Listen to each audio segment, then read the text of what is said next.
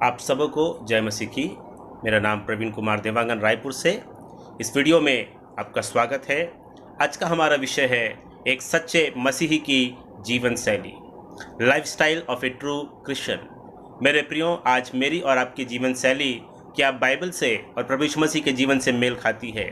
Bible कहती है जिस प्रकार प्रभु यीशु मसीह का जीवन था, स्वभाव था, वैसा ही तुम्हारा ही स्वभाव हो। एक सच्चे मसीही की जीवन शैली यीशु मसीह की जीवन शैली है।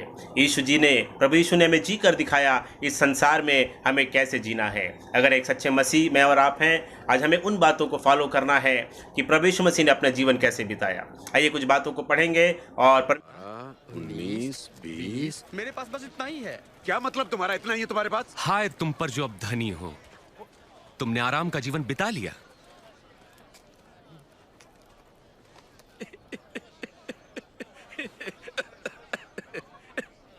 जो धनी ना बनना चाहे वो कोई पागल ही होगा। हाय तुम पर जो अब हंसते हो, तुम रोगे और विलाप करोगे।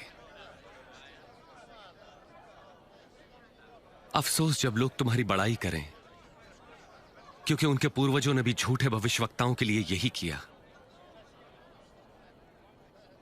पर मैं तुम लोगों से कहता हूं, शत्रुओं से प्रेम रखो,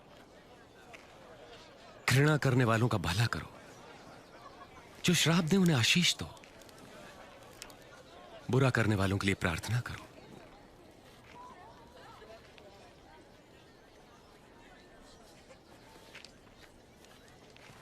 तुम्हारे एक गाल पर कोई थप्पड़ मारे तो उसकी ओर दूसरा भी फेर दो।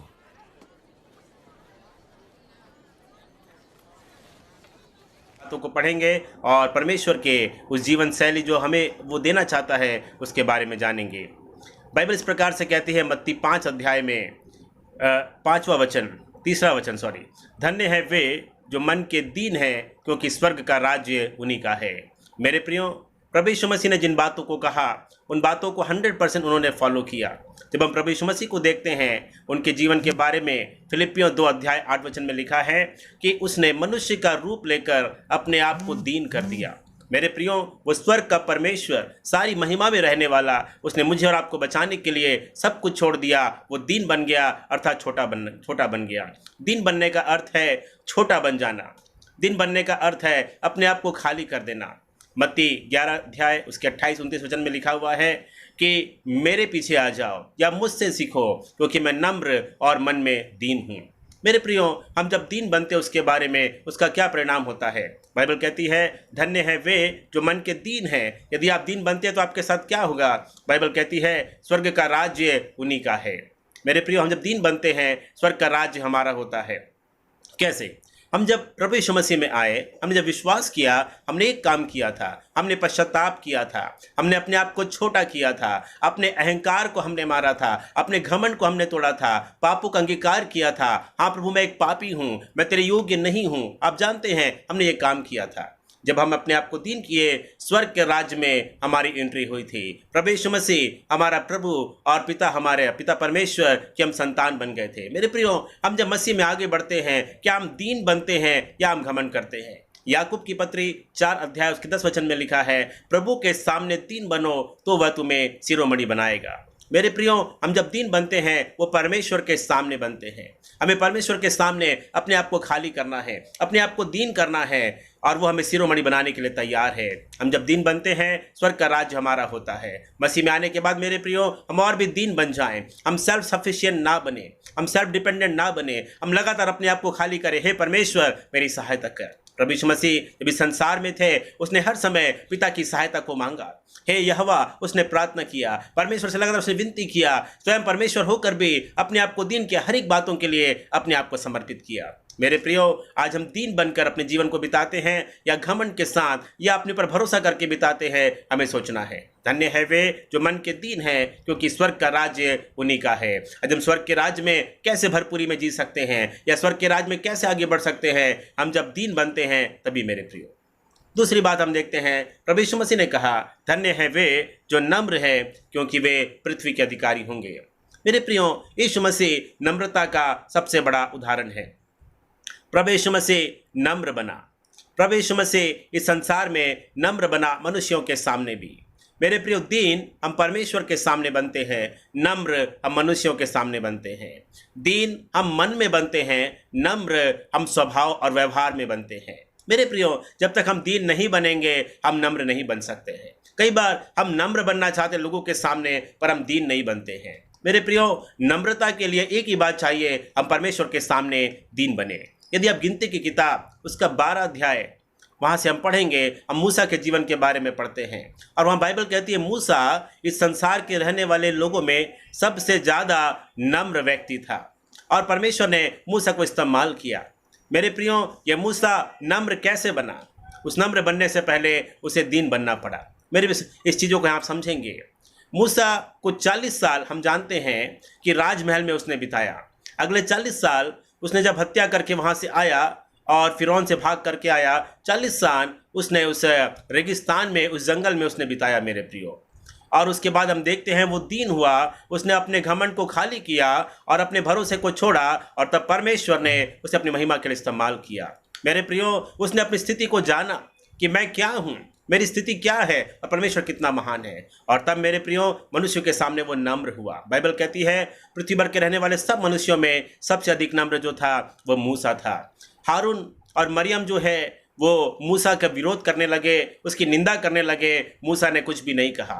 मेरे प्रियो, जो नम्र व्यक्ति है वो आपके ऊपर जब व्यक्तिगत आक्षेप लगता है वो कुछ भी नहीं कहेगा, लेकिन जो व्यक्ति नम्र नहीं है, जो व्यक्ति नम्र नहीं है वो बात बात में गुस्सा हो जाएगा। आपको मालूम है फरीसी और शास्त्री जो है, अब उनके बारे में कोई बात कही जाती थी वो गुस्सा हो जाते थे, वो विरोध करने लगते थे, वो बैर करने लगते थे और प्रभु यीशु मसीह को पकड़वाने की युक्ति करते थे।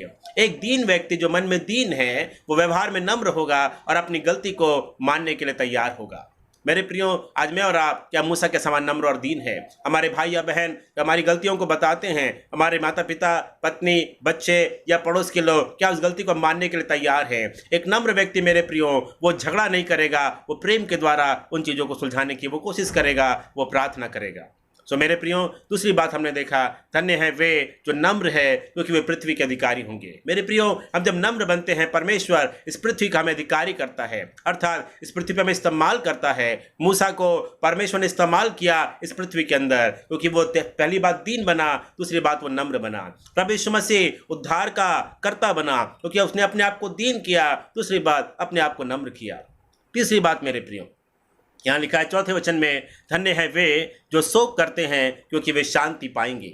मेरे प्रियो, आज शांति पाने के लिए बहुत सारी प्रार्थना सभाएं हो रही है, शांति प्रार्थना हो रही है, चंगाई सभाएं हो रही, सब कुछ हो रहा है, पर बाइबल कहती है धन्य है वे जो शोक करते हैं क्योंकि वो शांति पाएंगे। मेरे प्रियो, एक मसीह, सच्चा मसीह जीवन एक शोक का जीवन है। एक सच्चा मसीह जीवन जो है प्रभु के सामने आंसू बहाने का जीवन है। मैं ये नहीं कहना चाहता कि उदास आप रहे, ये नहीं मेरे प्रियो। हम जब परमेश्वर के सामने जाते हैं अपनी सारी गलतियों को मानते हुए जाएं, हम पापों के लिए पश्चाताप करते हुए जाएं। मेरे प्रियो, अपने आप को हम छोटा करें क्योंकि मेरे प्रिय बाइबल कहती है परमेश्वर भक्ति का शोक जो है वो पश्चाताप उत्पन्न करता है। सांसारिक शोक नहीं, चीज़ों के लिए शोक नहीं, लेकिन हे प्रभु मुझे आपके लिए जीना है, हे प्रभु मैं आपके लिए नहीं जी पाया, मुझे माफ़ कर, मेरी इस गलती के लिए मुझे माफ़ कर, मेरी कमी के लिए मुझे माफ़ कर, मेरे धर्म के लिए मुझे क्षमा कर। मेरे प्रियो, हम सच्चा पश्चाताप करते हैं, सच्चा शोक करते हैं तो परमेश्वर की शांति हमारे जीवन में आती है।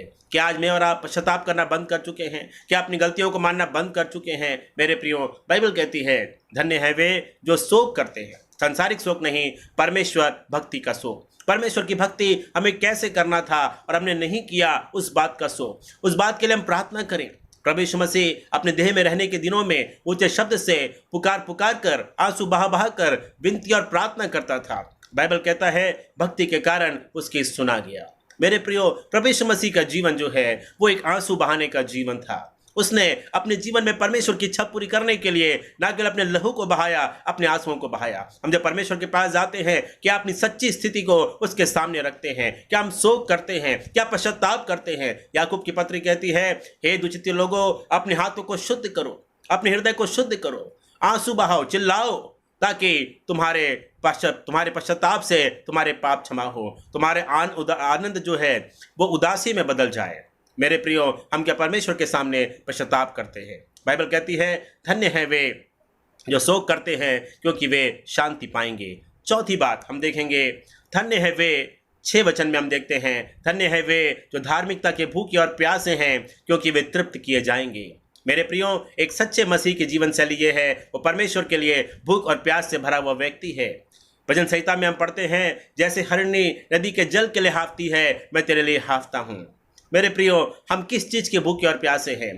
धार्मिकता का अर्थ है राइट स्टैंडिंग बिफोर गॉड, परमेश्वर के सामने एक सही स्थिति में खड़ा होना। हम क्या परमेश्वर से अपने संबंध को बढ़ाने के लिए भूखे और प्यासे हैं? मेरे प्रियो, एक समय मैंने और आपने अपने संबंध को परमेश्वर से बनाना शुरू किया, पर आज उस संबंध का क्या हम परमेश्वर के सामने और भी ज़्यादा सही होने के लिए भूखे और प्यासे हैं? क्या हम परमेश्वर की इच्छा पूरी करने के लिए भूखे और प्यासे हैं? मेरे प्रियो, हम यहाँ पर देखते हैं एक मसीह जीवन में 2 बातों को हमने सीखना है। एक ऐसी चीज़ है जिसके लिए हमेशा हमें संतुष्ट रहना है, वो है सांसारिक जीवन। बाइबल कहती है कि हमें किसी बात का लालच नहीं करना है, हमें संतोष के साथ अपने जीवन को बिताना है। लेकिन दूसरी तरफ बाइबल कहती है हमें एक बात के लिए भूख और प्यास होना है, और वो है आत्मिकता का जीवन। क्या मैं और आप आज पवित्र आत्मा में बढ़ने के लिए भूखे और प्यासे हैं? परमेश्वर की इच्छा को पूरा करने के लिए भूखे और प्यासे हैं? प्रार्थना के जीवन के लिए भूखे और प्यासे हैं? आराधना के जीवन के लिए भूखे और प्यासे हैं? पवित्र जीवन के लिए भूखे और प्यासे हैं? मेरे प्रियो, धार्मिकता के अगर हम भूखे और प्यासे हैं, सच्ची तृप्ति और सच्ची शांति हमें मिलेगी। केवल परमेश्वर का वचन हमें तृप्त कर सकता है। मेरे प्रियो, एक सच्चे मसीह जीवन शैली में ये 4 बातें हम याद रखें। भाग 1 में हमने देखा, पहली बात, हमें मन के दीन बनना है, तब हम स्वर्ग के राज हमारा है। मेरे प्रियो, दूसरी बात, हमें नम्र व्यक्ति बनना है, अपने संबंधों को सही करना है, हमें झुकने वाला व्यक्ति होना है, हमें दूसरों से प्रेम करने वाला व्यक्ति होना है, हमें दूसरों को संभालने वाला होना है, दूसरों को अपने से अच्छा समझने वाला होना है, हमें बात में मेरे प्रिय विरोध या बैर नहीं करना है, अपनी गलतियों को मानना और छोड़ना है।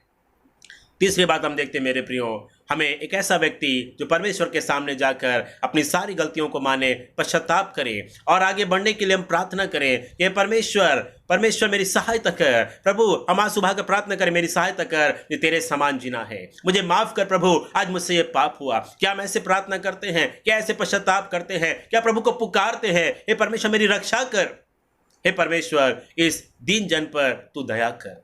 और चौथी बात हमने देखा मेरे प्रियो, क्या हम धार्मिकता के भूखे और प्यासे हैं?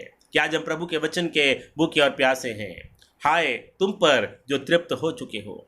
मेरे प्रियो, परमेश्वर का वचन हमें धन्य बनाना चाहता है, ना कि हमें उस श्राप में लेकर जाना चाहता है। आइए अपने आप को हम समर्पित करें, आइए हम प्रार्थना करें, इस वीडियो के द्वारा प्रभु यीशु मसीह का जो स्वभाव था हमारे जीवन में आए। बिना प्रार्थना के, बिना वचन के कुछ भी नहीं मेरे प्रियो। भूखे और प्यासे होना है प्रभु के वचन के लिए, प्रभु की इच्छा के लिए, प्रभु के प्रेम के लिए, प्रभु के कार्य के लिए, प्रभु की संगति के लिए, प्रभु के लोगों से प्रेम करने के लिए हमें भूखे और प्यासे होना है। प्रभु इस वचन के द्वारा आपको आशीष दे। मेरे परिवार के लिए प्रार्थना करें। आपको वीडियो अच्छा लगा है, आप दूसरे विश्वासियों को जरूर से शेयर करें। प्रभु आपकी सहायता करे। आमीन। Praise God.